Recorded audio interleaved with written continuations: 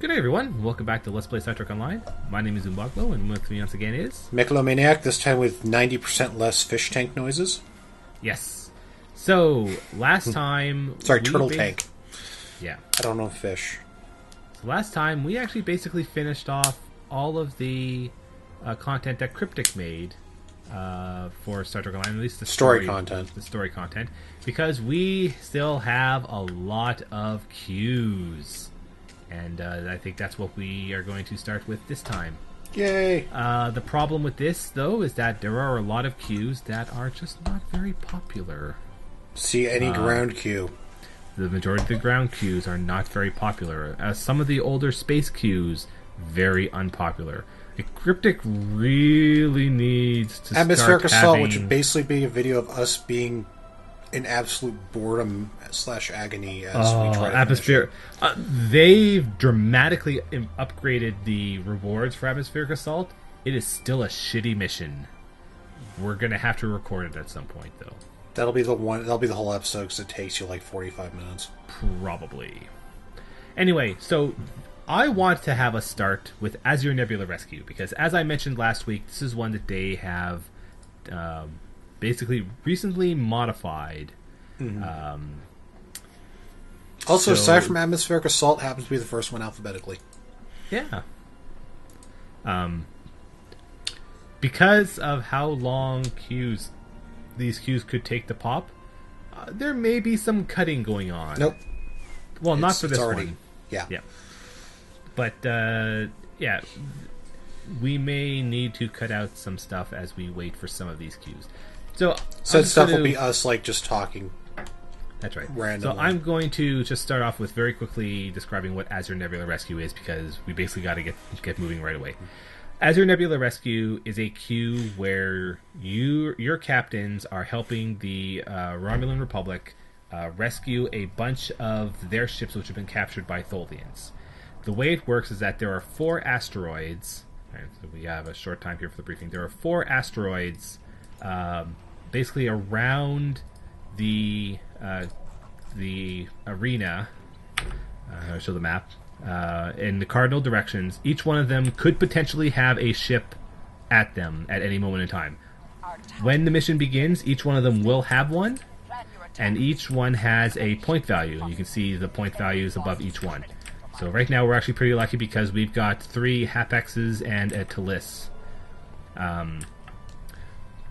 How you free the ships is you need to get to the asteroid, and you can see that actually you can hardly see it because it's right there. We go. Okay, so each one of the ships has 4 tractor beams holding it in place.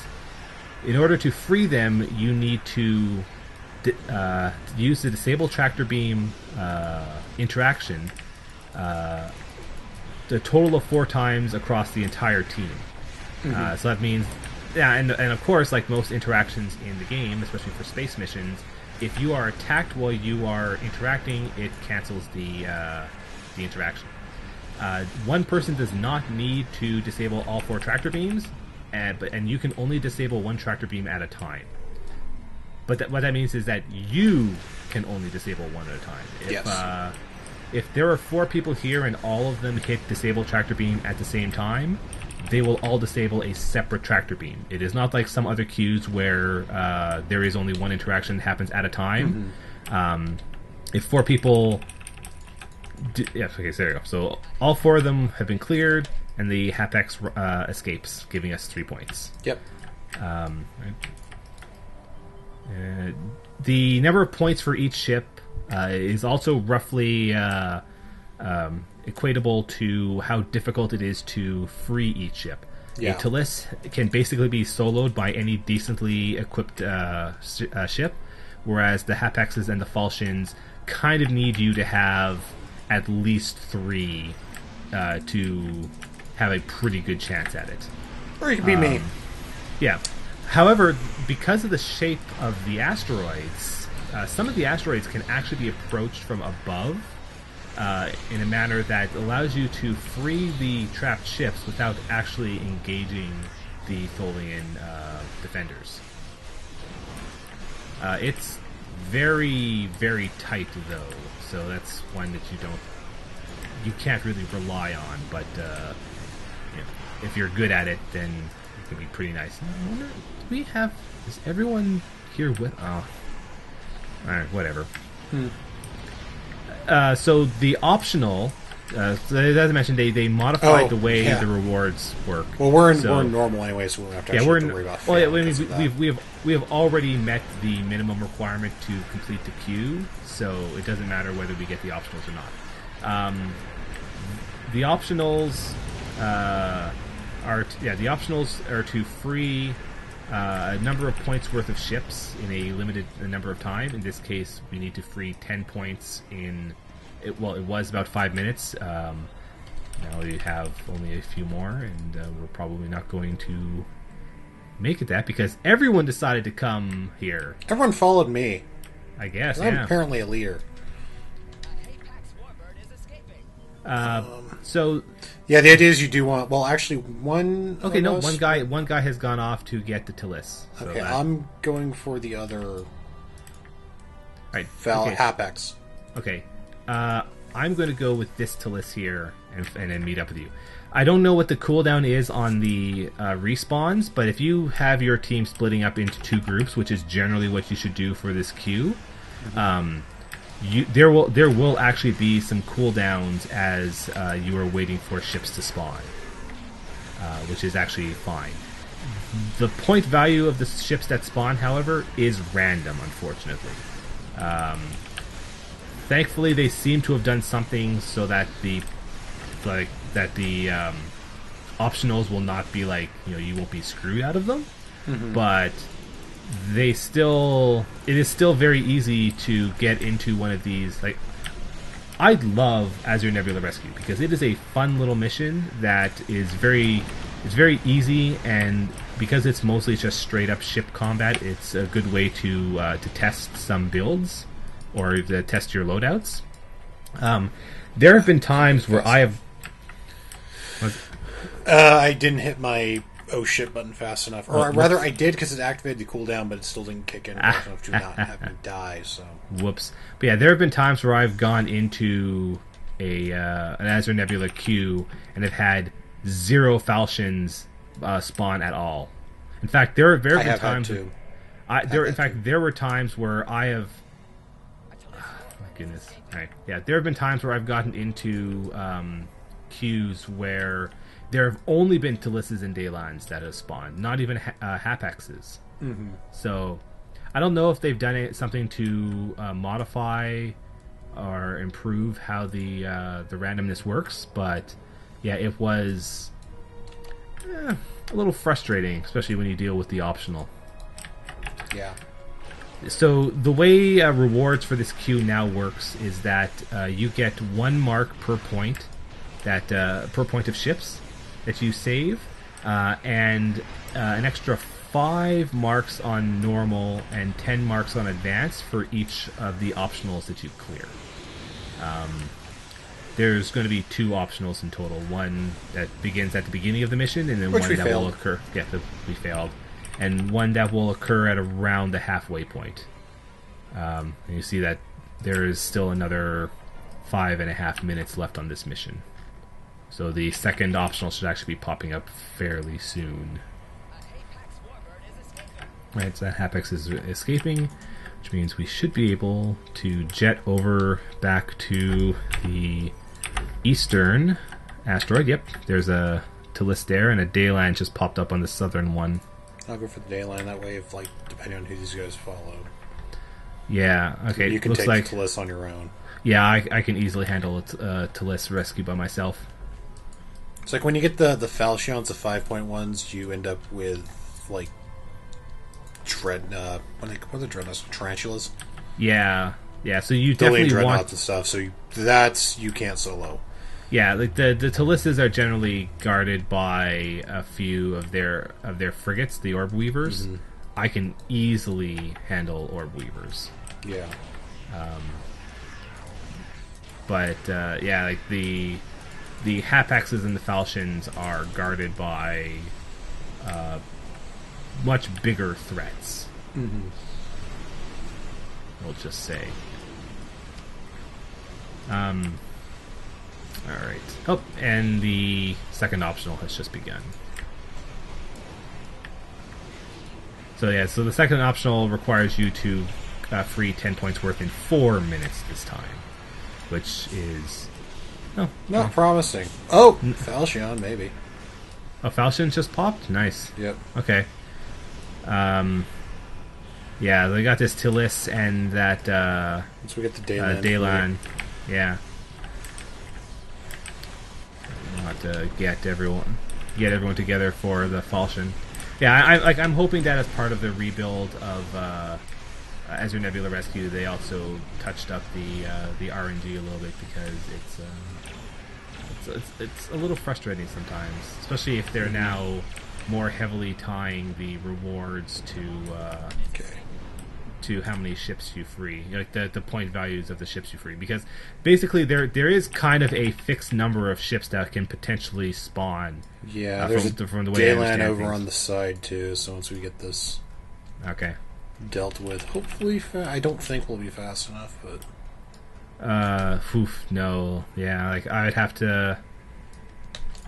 How many people are over there? Okay, well if you got 3 there for the Falchion, should be okay.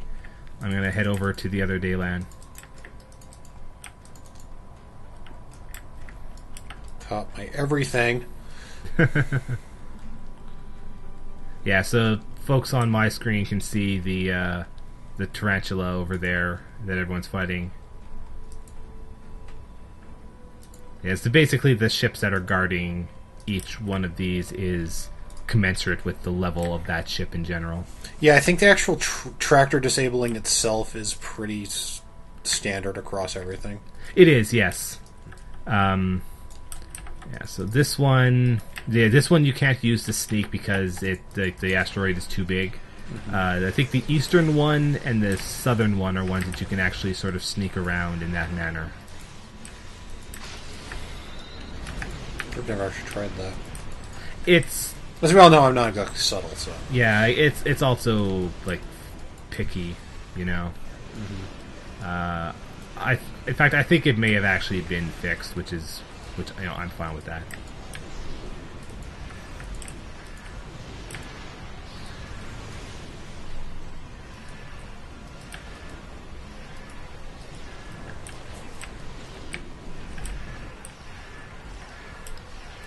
Oh yeah, we're not getting that optional. That's fine. Yep.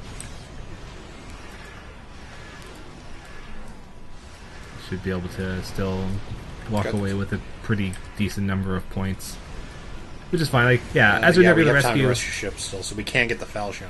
Yeah, and we should be able to get this Daylan. Like, I'm handling this fairly well. It's just gonna take a little longer than I thought, which is fine. Yeah, like Azure Nebula Rescue is like a 15-ish minute a hard time limit, so it also makes it very good for just, you know, if you want to just get in and do a quick queue. Like, it's also a quick one to get your the daily mark bonus thing. Yeah, the queues that you get. You're gonna get the Daylan. I'll head over that way anyway, because I don't think I can get this Daylan on my own in less than a minute. Yeah, you might as well just come over here and finish this off. That'll probably be the last ship we'll save. Yeah, I'm not even gonna. There's another thing, if you're like organized and not just doing it with random people you've hung out with, you can do stuff like distract the guys and just save the ship and not worry about killing them all. Yeah, for sure. In fact, that's how you did when it was. That's basically, I think, the best way to do the 10 points thing. It's you probably want to have like 2 cruisers that are set up to hold threat, and then some sneaky guys, preferably Romulans. Yeah. And then you get your choice of either Romulan marks or Nukara marks. Nukara Strike Force, yeah. The Nukara, I guess, because I think I have a butt ton of Romulan marks still. Yeah. And depending on the level of the queue, you also get a R&D material package. Mm. Right. And you get one either way, it's just what's in it. Yeah, The normal, you get a basically it is some common and rare with a lowish chance of getting the very rare trace that's associated with this queue. The advanced and the elites basically have I think advanced has a very high chance. It's not guaranteed, but it's a very high chance of getting the very rare trace that's associated, and the elite is a guaranteed chance. But I generally find that on the advanced, it's like probably like a 70 or 80% chance. It is a very high chance for sure. All right, so I'll queue us up now for Borg Disconnected, and we'll another one that has a kind of fixed time limit. Yeah, optional objectives that are damn near impossible. No, I wouldn't say they're impossible. I'll talk about the optionals once we get in. There is a trick to them which is not intuitive. Mm-hmm. And because it's not intuitive and because it's actually kind of a bad idea, that's why I would, in fact, honestly say that the optionals for Borg Disconnected are probably why Cryptic is taking another look at advanced. Probably. But yeah, so while we're waiting for this queue to pop, we can talk a little bit about what the news of the week has been, which actually hasn't honestly been that much. Delta recruitment started. Yep, the Delta recruitment started, and they gave what the reward tiers were, which are some interesting stuff. I do need. You can probably see, I don't know if it's on his screen, but there's the bar in the right corner. Do you have that? Yep. Yeah, I got that up here. It's been up here. So they've almost got. We are almost to the first tier of this bonus skill point weekend for next weekend. Yes. If I remember correctly, if they reach tier 1, so each week. The way it works is each week Delta recruits and Delta recruits only have a special game-wide objective. In this case, it's first run missions. Yeah, it's completing a mission for the first time. If they meet the objective, the following week the entire game gets a bonus. In this case, it is a scaling skill point bonus. At Tier 1, it's 50%, Tier 2, it's 100%, and Tier 3 is 150%, as I recall. Mm-hmm. I think that's it. We'll take a brief pause from talking about the Delta recruits. So, Borg Disconnected. 7 here is giving the spiel. Funny thing. Oh, yeah? Apparently when we exit the queue, it disbanded the team. Oh, did it? Yeah. Oh, so you're not in the team. So I'm not in the team. Oh. Whoops. Oh, well. I will just have to remember that for when I'm done here then. Oh, right then. Actually, here, let me queue for Borg Disconnected and see if it lets me join yours, just randomly. It shouldn't, because I've got a full party here. I'm actually in the mission. Okay. Well, I will join Borg Disconnected too, just to comment. All right. So and Borg get Delta marks. So Borg Disconnected. We actually don't need this many people on this one. All right. So in Borg Disconnected, the goal is that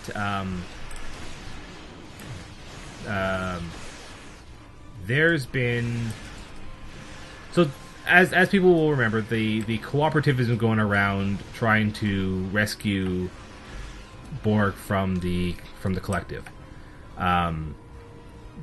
Basically, though, the Borg Queen basically has a call home function, let's just say, and it's calling those cubes back here to be reassimilated. The point. Your objective is to go to these disconnected probes and restore control to the cooperative members to allow them to escape. The optional is to save 15 disconnected Borgs. The problem... Per phase. Yeah, per phase. And there are 3 total phases. what the problem is, there appears to be someone in this queue that is a Delta recruit. That would be really fascinating. Well, I guess you scale, so... Yeah, because I'm getting dilithium ore for kills. Huh. Okay, then. Anyway, what was I going to say? The problem. So the problem... Okay, and like space missions, if you are being shot at, or if you are otherwise taking damage, and which is kind of a big thing here, because since we're fighting Borg, they use plasma weapons, which means they have a high chance of leaving a damage over time effect on you. Mm-hmm. So the problem is that there is roughly 45 total Borg ships in the entire event. Well, there's actually a little more than that, and the number can actually vary a little bit due to the way the queue works. But if you were being perfectly optimal, there's roughly 45 Borg ships in total that will spawn, which means that you can actually fail this mission on advanced by being too good at it. That is generally not what happens whenever I try to do this on advanced, however. So I can't necessarily say that that Cryptic has flubbed it on that front, but it is still frustrating because it is very easy to get in a state where it's still very difficult to actually get even on normal, which I'm doing now. It's still very difficult to get. Yeah, it is easy objective. To get. It is very easy to get the first or second optionals on normal.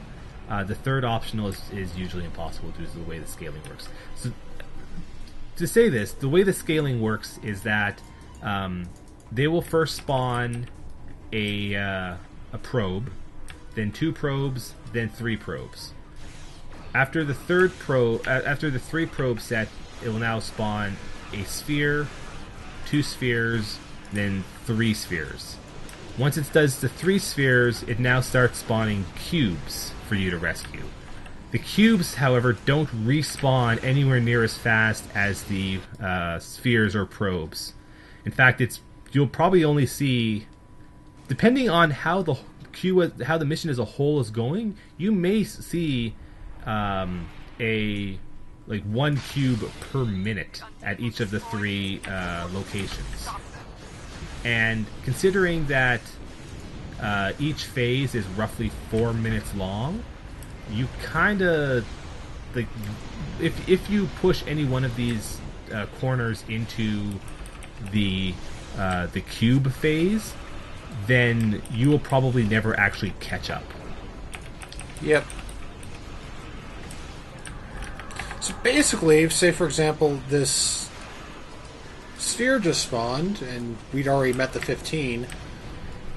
The option, like if you in this phase, we don't want to do more. In fact, I haven't seen what the real meta is for this mission. Considering the way the disconnected scale, I would almost say that optimal would be to have your entire 5-man group do only 1 corner per time in order to clear advance. But I haven't seen the actual metas, so I don't know. The problem with that is then you end up losing because Borg they still spheres because but you still have to worry about them getting reassimilated. That's right. Yeah, if any of the disconnected Borg ships reach this area in the green middle, area. The green area, they start to become reassimilated. If you don't finish saving them before the thing for that clears, then they become an enemy you have to defeat as well. However, the scaling up in the Borg ships only occurs if you rescue a Borg ship. So if you keep letting probes get reassimilated, they will still only send 1 probe at a time. Yeah. The problem is, I think if you get to Elite, I think one of the objectives is to not let another. It's probably not let any of them. Assimilated. Yeah, I think that makes a lot of sense. All right, so people will probably notice the second phase adds Undyne ships to the mix. This is the thing which makes one of the strategies for Borg Disconnected actually become functional. In Borg Disconnected, you can... Did they... Oh my goodness, this team is real bad. The strategy for Borg Disconnected is to basically have 2 ships at 2 of the points and 1 ship at the third, because once you get into the second and third phase, the enemy ships actually will fight amongst each other more than they will fight you. So if me and the other guy here were not actually shooting at the Borg and Undyne, we could actually ignore them entirely and focus entirely on rescuing Borg ships. Yep. However, the team, I don't know what the hell they're doing, because the 2 that were on the one that I started with decided to move to the north one. So, alright, I don't know, whatever. And then, once this phase ends, we will then move on to the third phase, where they now add Voth ships in. And the Voth one... The Voth ones are funny. The Voth ships are funny. Now, the Voth will still fight amongst the Borg and the Undyne. The only thing, though, is that... The only thing that is added in, which is... That causes a wrinkle in it all, is that the Voth will now spawn a unique ship called a... I don't know what they call it. Like anti-Borg frigate or something like that. It's basically a Borg-killing frigate. And this frigate will shoot missiles, which are... They kill Borg good. Yeah, basically... They are also, for some reason, completely indestructible by anything except you ramming them. Yeah, you have to ram the torpedoes. It's the only thing that will kill them. And ramming them will give you a turn speed debuff. So I don't think they damage you though. They do a tiny bit. Because you're not Borg. The Voth Borg killer will infallibly target disconnected ships first, and then will start shooting at the enemy Borg ships. Mm-hmm. So you need to either, if a Voth Borg killer frigate spawns, you need to either destroy it first, which is not that hard because it's just a frigate, or rescue any disconnected Borg immediately so that the torpedoes don't hit it, because those the Borg killer torpedoes will destroy a cube in 2 torpedoes. They will, and so obviously they will destroy a probe or a sphere much faster than that. So now this phase is just dealing with all these for the 4 minutes or whatever it takes, and then we move on to the final phase, boss time, which is 3 minutes left. Yeah, which is a boss fight. Oh, I've still got 2 minutes in this phase. Yeah, I think I ended up coming in maybe a minute after you. So. Not a problem then.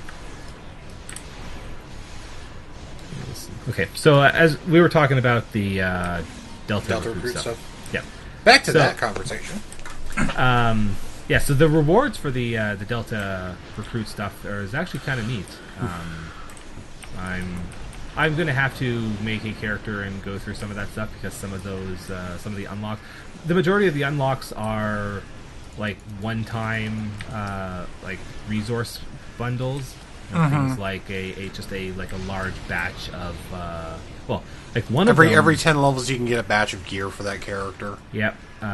One of them is when you join a fleet from level 30 and onwards, you get a fairly large lump of resources, which are actually only for spending on fleet stuff, which is actually a nice thing for them to have done with that system.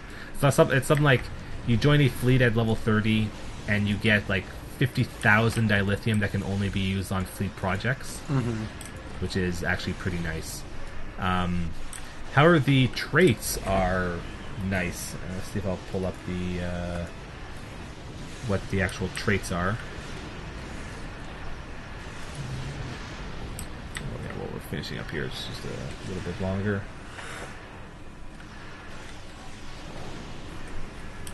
This thing is, you can disrupt the Undyne Rifts while you're being shot at. Yeah. Yes. Yeah. The Undyne Rifts do not need you to be. However, there's actually a benefit to not disrupting the Undyne Rifts because it also slows the Borg, the disconnected ships. True.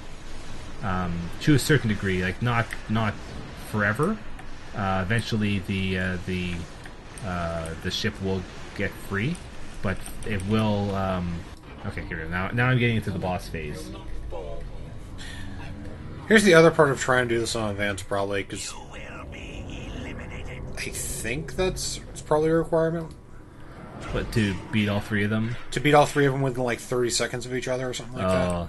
I actually don't know because I've never gotten this far on advanced. I always fail in the first one. I'm just assuming because it's optional on normal. Yeah, so now the three of them will start fighting each other, and there's basically a tier of difficulty. The Voth Citadel is harder to destroy than the Octahedron, which is way harder to destroy than the Tethys Dreadnought. What is probably a good strategy, although it's one of these things that I would need to investigate more, is probably to have one fairly high DPS guy focusing on the Dreadnought, and then have the rest of the party focus on the Octahedron, and then because you want to try and defeat the two of those at about the same time. Okay, no, it's not optional anymore on this one. It's just defeat them before they retreat. Oh yeah, like once you destroy one of them, then that optional pops up. Well, it actually doesn't flag it as optional. It just flags it as defeat all three of them for a. Is it just for a bonus? For a bonus. Okay. Yeah. So what is probably a good strategy is to have one high DPS guy focus on the Citadel, and then have everyone else focus on the Octahedron, because the Tethys Dreadnought will die like almost instantly. To be quite honest, it's very, very, very weak. We're actually this group is killing the Citadel pretty quickly. Yeah, the way my group is doing it is they are focusing on the Dreadnought, and they're actually doing a pretty good job on it, and I'm shooting up the Octahedron. And I am not a high DPS ship, but I don't know. You can tank it. I'm tanking it at least. And Tethys Bio Dreadnoughts are very glass cannon. So it's for a perk, is what it says. Yes.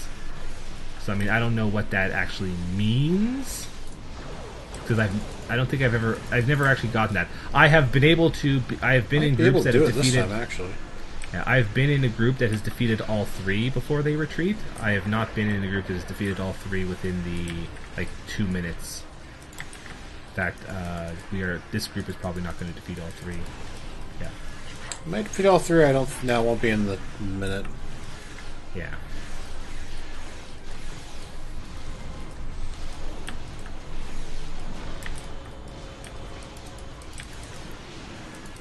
I don't know, if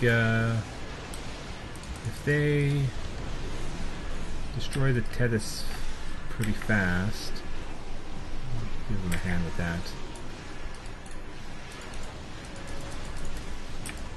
Yeah, the Tethys goes down real fast. It is very fragile compared to the rest of. Oh yeah, we're definitely not going to defeat all three in time. But we may actually be able to defeat all three, which would be good.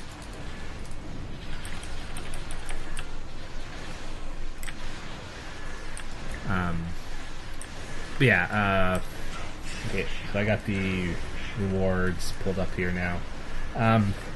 So Delta recruits that complete the tutorial get a special trait that is only active during the Delta recruitment event. This trait gives that person and their allies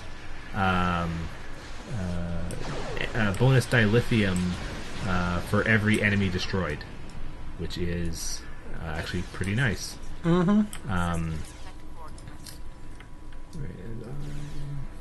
Pick up Delta Alliance marks from this. Oh, that was actually worth a pretty decent amount of Delta Alliance marks. Yeah, this is one of the best ways to get Delta Alliance marks, and we destroyed all 3 of them. Yep, and XP, because this queue is basically just constantly killing enemy ships, and enemy ships are worth some of the most XP in the entire game. So this is actually a pretty good way to grind Starship Mastery points. Yeah. And XP for specialization. So at each level, basically at each rank, there's get a choice of very rare equipment, basically in different bundles. Like there is a you have a choice between like a space set bundle, a ground set bundle, a kit set bundle, and something else. No, it's ship equipment, consoles, ship weapons, or ground. Yes. Yeah. And then the account reward is just a bunch, basically a big box of any reputation marks. Once you reach level 50, you also get a gigantic. The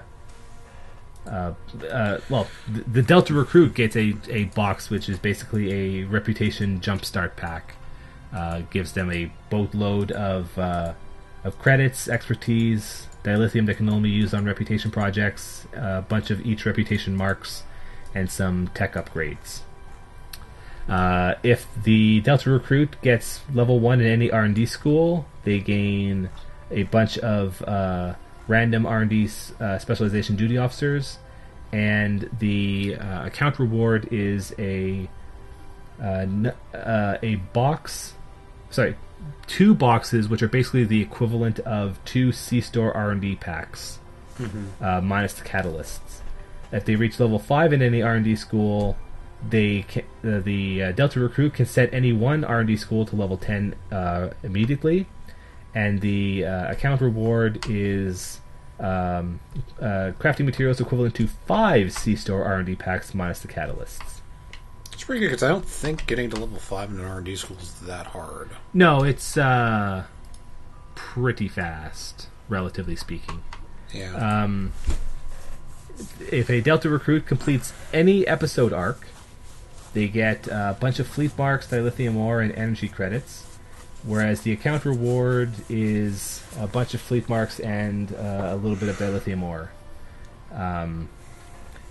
When the Delta Recruit completes half of all the storyline episodes, alright, I'll queue us up for the third one I want to try and do today, which will be Crystalline Catastrophe. This queue could take a little bit longer to load. Because there's no event going on right now. Yeah, so if they complete half of the storyline episodes, both the Delta Recruit and the account unlocks a starship trait called Temporal Insight, which, when you activate a hull hail on yourself, gain 2 seconds of damage immunity, maximum once per 45 seconds. If the Delta Recruit completes all storyline episodes up to the start of the Dyson Sphere, the Delta Recruit and the account gains improved Temporal Insight, which gains 4 seconds of damage immunity every maximum once every 45 seconds instead of 2 seconds. In addition, they also gain a Photonic Engineering Bridge Officer candidate, which means that there is now a full set of Photonic Bridge Officers in case you want to use them. To be the Doctor. Yep. Be the Doctor. Not that Doctor. If you want the Doctor, I don't think is. Well, the Doctor is a duty officer, but you know. Yeah, I don't think the Doctor is the one you can purchase. I think the Doctor is the one that you had to get for recruiting someone. Because the photonic science bridge officer is one that you get. I think you have to get that from doing a recruitment. Although I think you can also buy one. I'm trying to remember now. There's somewhere you can buy one.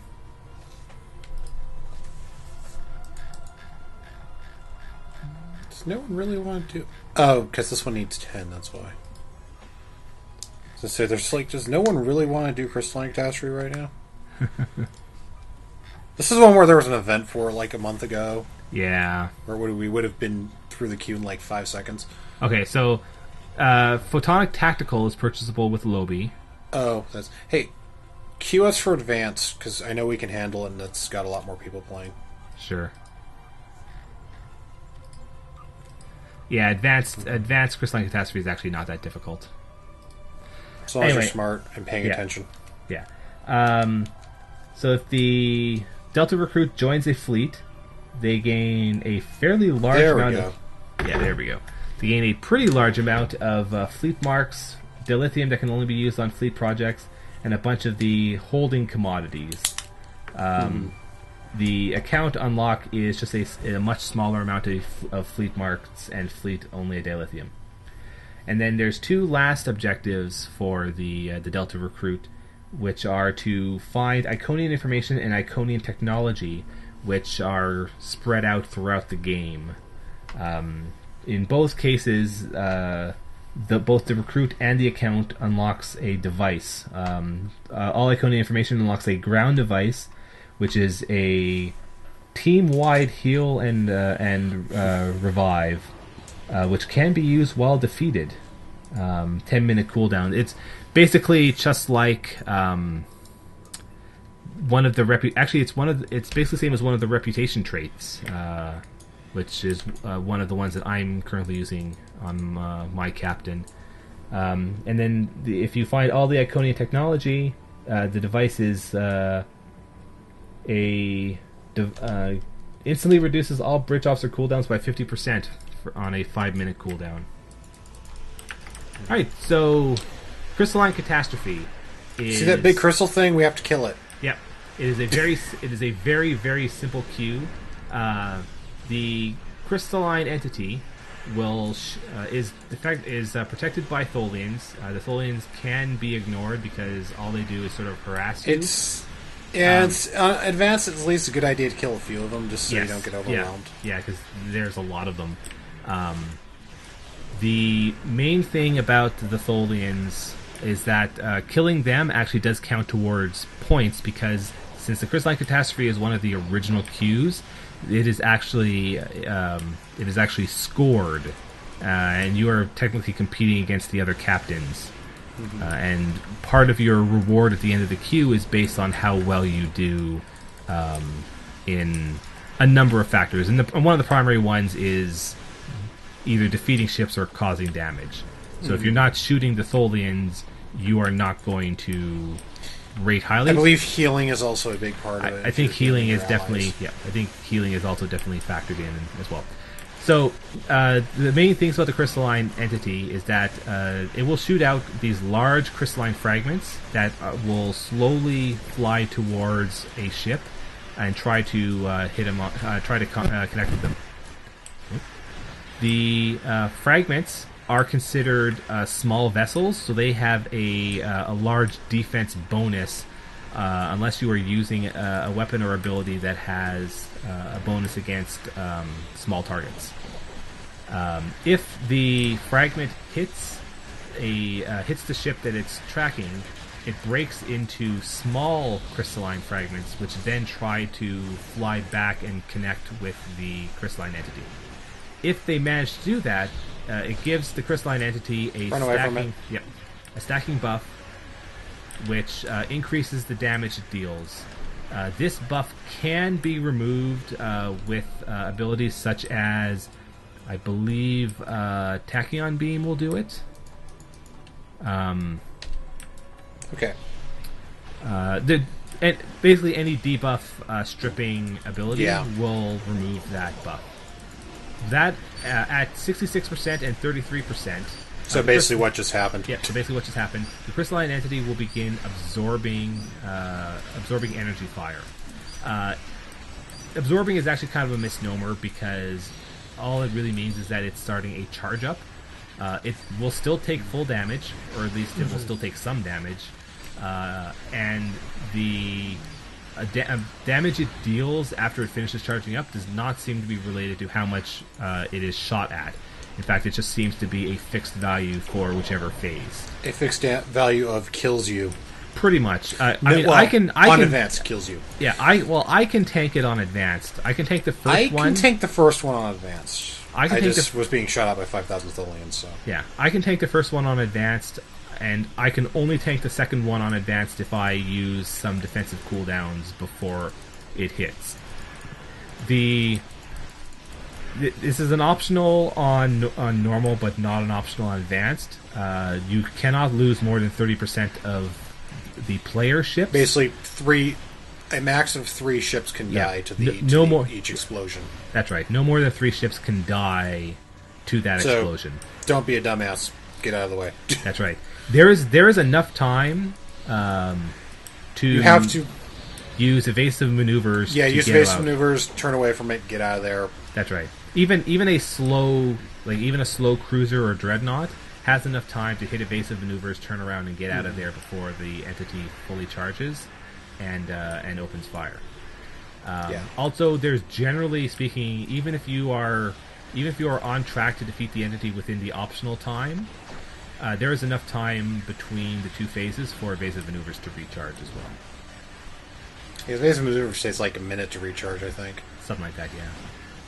Yeah, the optional is, on advanced at least, probably mandatory on elite, is to defeat the thing within 5 minutes, which is possible. We're just not doing it this time.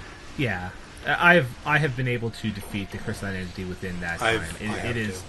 It's just team makeup and then just mostly ignoring the Tholians. Yeah, pretty much. Yeah, here's the second one. Run away. Run away! The other thing about the crystalline entity is that it has a relatively strong passive healing. It's kind of like if it kind of will recharge, heal roughly like 5% of its life every like 10 to 30 seconds or something. I never actually checked it. It is not a constant. It does do it on a timer, and it is a fairly hefty heal.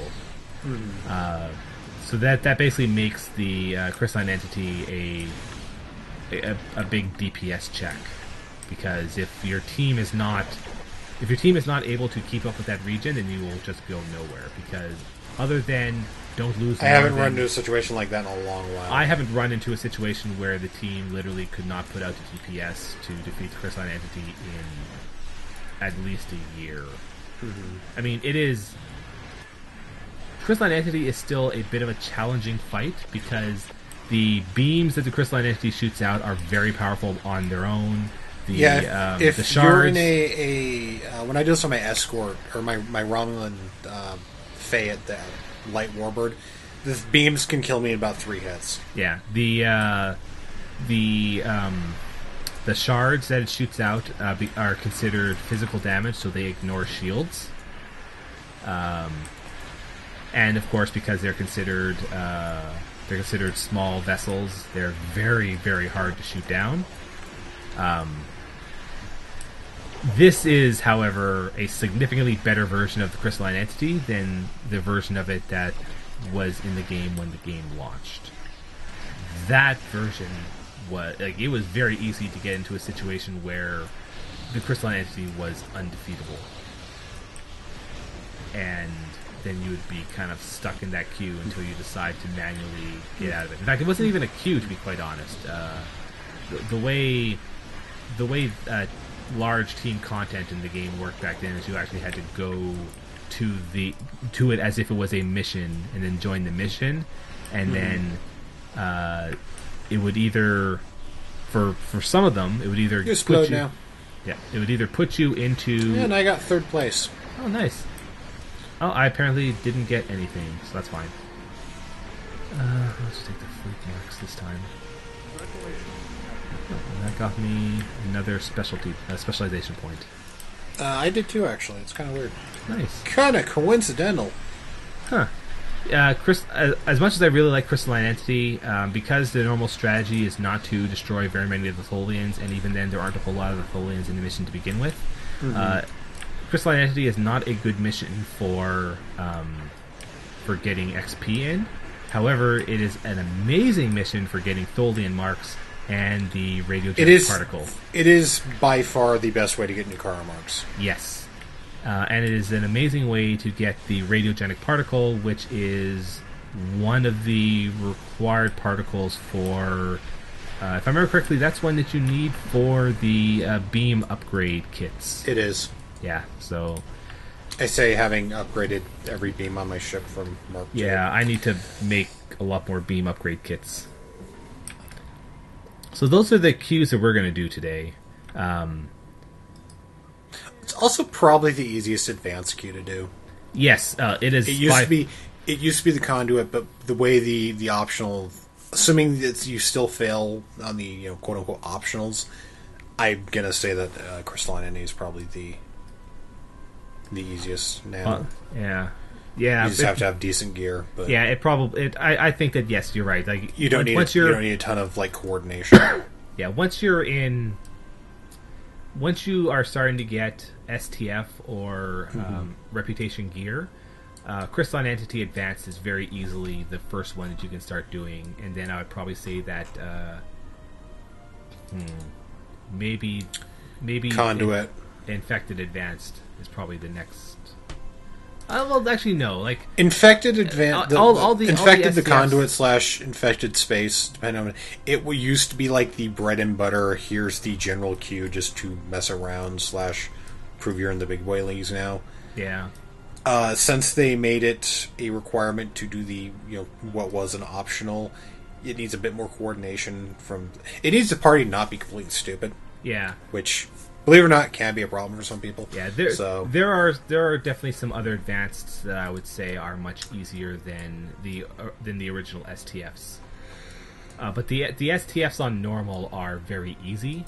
They still require some strategy, or at least one of them does. The other two are no. The other one doesn't really require strategy. I think all three of them require strategy. All three. We can do those next week, though. Yeah, yeah. Well, because of how rare some of these are run, we're going to need to arrange some things. But yeah, we want to. I'm definitely going to do these STFs and at least show them off. But we will talk more about the STFs next week. One last thing, though, I want to at least point out is that a batch of new ships was released this week as well. Basically, more cruisers. Yeah, on one hand, yes, I want to like these ships because... So what they are is they are Tier 6 remodels of iconic Federation, Klingon, and Romulan ships. There is a Tier 6... Well, a Tier 6 Galaxy class, a Tier 6 Negvar, and a Tier 6 D'Deridex. The problem, and this is something that we were even talking about last week, is that there are way too many cruisers in the game at the moment. At indie game, at least. Yeah. Especially at Tier 6. And let alone too many cruisers, there are too many battle cruisers. Yeah, to be fair, I don't think these are battle cruisers, at least. I think they're old school. The Negvar. The Negvar is, but that's Klingons thing. The Negvar is a battle cruiser. The other thing that I am a little upset about is that the T6 Galaxy, the Guardian cruiser is already a T6 Galaxy. I mean, yes. And in my opinion, it's a better looking T6 Galaxy.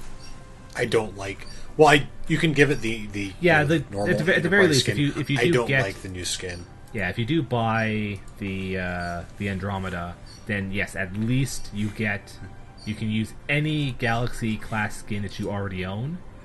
So there's that at least. But it's just, I don't know, like if they wanted to do a T6 iconic cruiser, there are some other ships that I would have thought that they would have been better off. Like, make a new Excelsior. If they're so insistent on not making a max level Constitution class, there's a T5 Excelsior.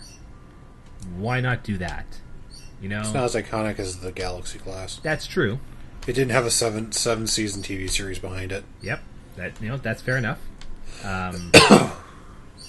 And then my problem with the T6 Negvar is just that it's another battlecruiser. Yeah, they could have done a T6 Vorcha. Honestly. Yeah, they should have done a T6 Vorcha. That would have been a lot. It would have filled a much better niche in what the Klingons are requiring.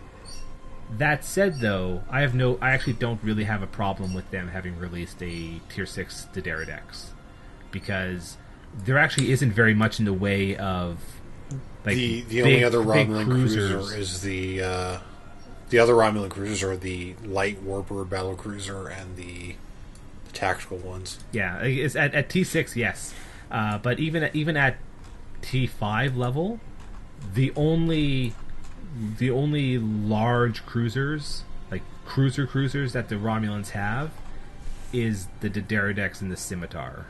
Mm-hmm. Everything else they have is either a battle cruiser or a quote unquote escort.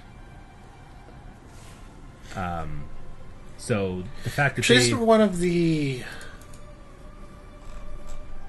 Hopex variants, isn't it more cruiser like? Yeah, but I don't really consider the Hopexes to be, because those are T4.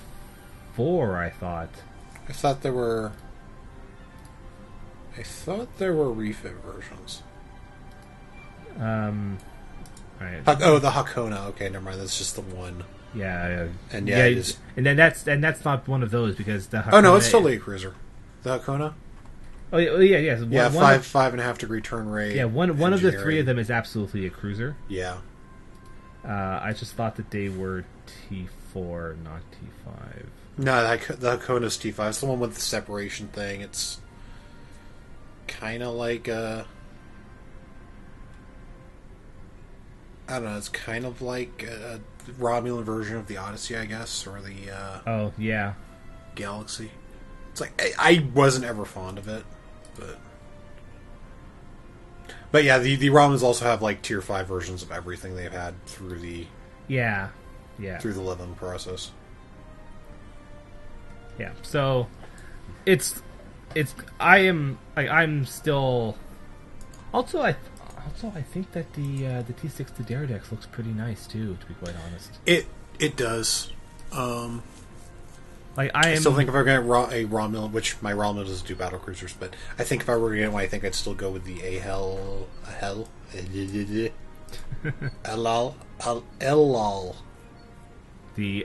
Yeah. I think I'd go with that over the Dideridex, but yeah, it probably still looks very nice. But yeah, so that's about it for Cryptic for this week, and that will be about it for us for this week. Mm-hmm. So, well, thank everyone for watching, and just like to say that with the Delta recruitment campaign going on right now, go play the game. Yeah, if you are watching it's this, free. If you're watching this and you haven't started playing, this is a excellent time to get started. You literally have nothing to lose but your time, and you're listening to us, so you probably have plenty of that. Something like that, yes. So, I'd like to thank everyone for watching, and we hope to see you all next time. Bye, everybody.